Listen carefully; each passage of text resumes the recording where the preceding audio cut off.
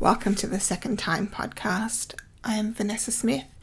This is the end of my 14th week of job hunting. Last week I wished for a quieter week and I got it this week. I spent a lot of time trudging through temporary recruitment pools.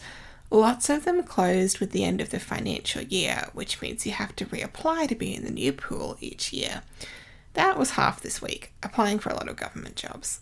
They're very fiddly and take time, even with my fairly efficient ways to apply. Most of the fiddly parts are the manually typing information into their database fields. Actually, maybe it's the unpaid data entry that is the feature of this week. I did so many of them that I had been putting off.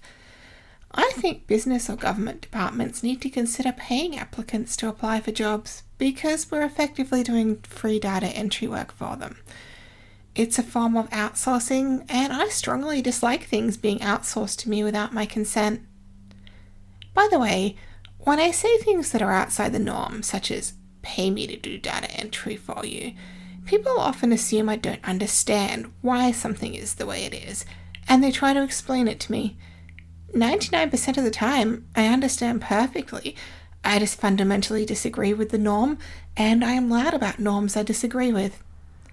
That's a long-winded way of me telling you that I don't care if you think prospective employees should do free data entry. I'll talk another week about time tracking and productivity things like that, but I did around 10 hours this week of applying for those fiddly jobs that require a lot of manual data entry. So while I got my wish for a quieter week, it was also mind-numbing and soul-destroying levels of boredom. While I've been job hunting, I've been copying and pasting poor quality job ads so I can go through them from time to time. That's what I'm going to do today, share some ads and discuss where improvement can be made. First one is a job tag as remote/work from home. Quote, to limit emissions and time spent travelling, candidates living within 30 to 45 minutes drive of our headquarters are strongly encouraged to apply, end quote. Which says to me that the job's not remote, they're lying. It baffles me that companies, who often put so much time and money into their image, think that that image isn't damaged by lying to prospective employees.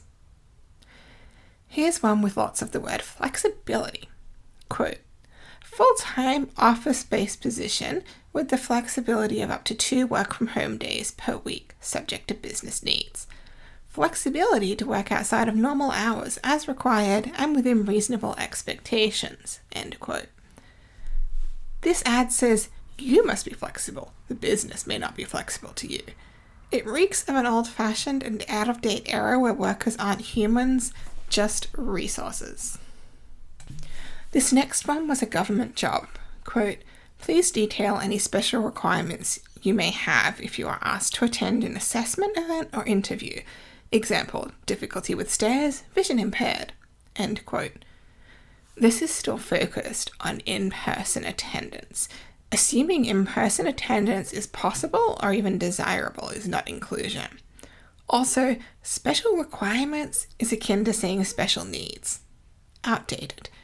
Needs are not special because all humans have needs. More illogical, location-based requirements. Quote, if based in Sydney, a combination of remote working and in-person attendance. If based outside of Sydney, remote working on a permanent basis will be supported, end quote. To me, this implies the tasks of the job can be done remotely.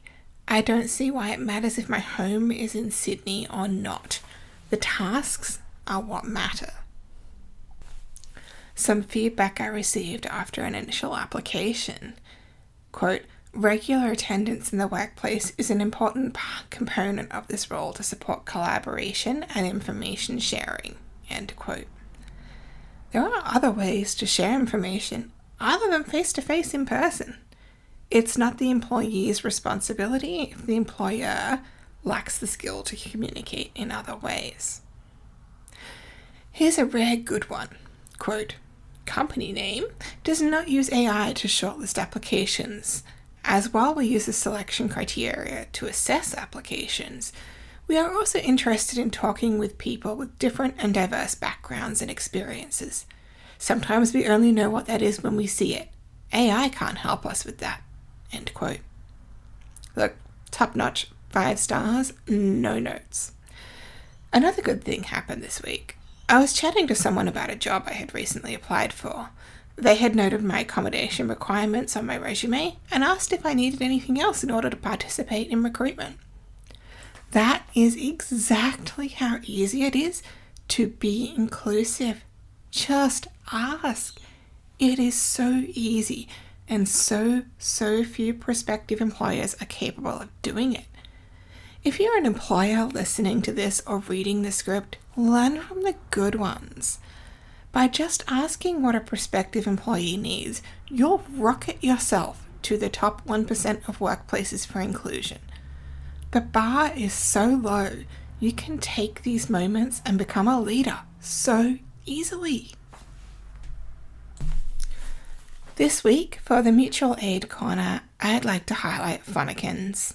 She lives on the DSP and dedicates so much time to helping her community. I usually ask before I feature someone, but this week I wanted to do it as a surprise because it was her birthday this week. Happy birthday! Check out the links in the show notes, and if you have capacity, consider buying Fonnikins a treat for the special day. We all deserve treats. Show notes can be found at normalness.com/second-time.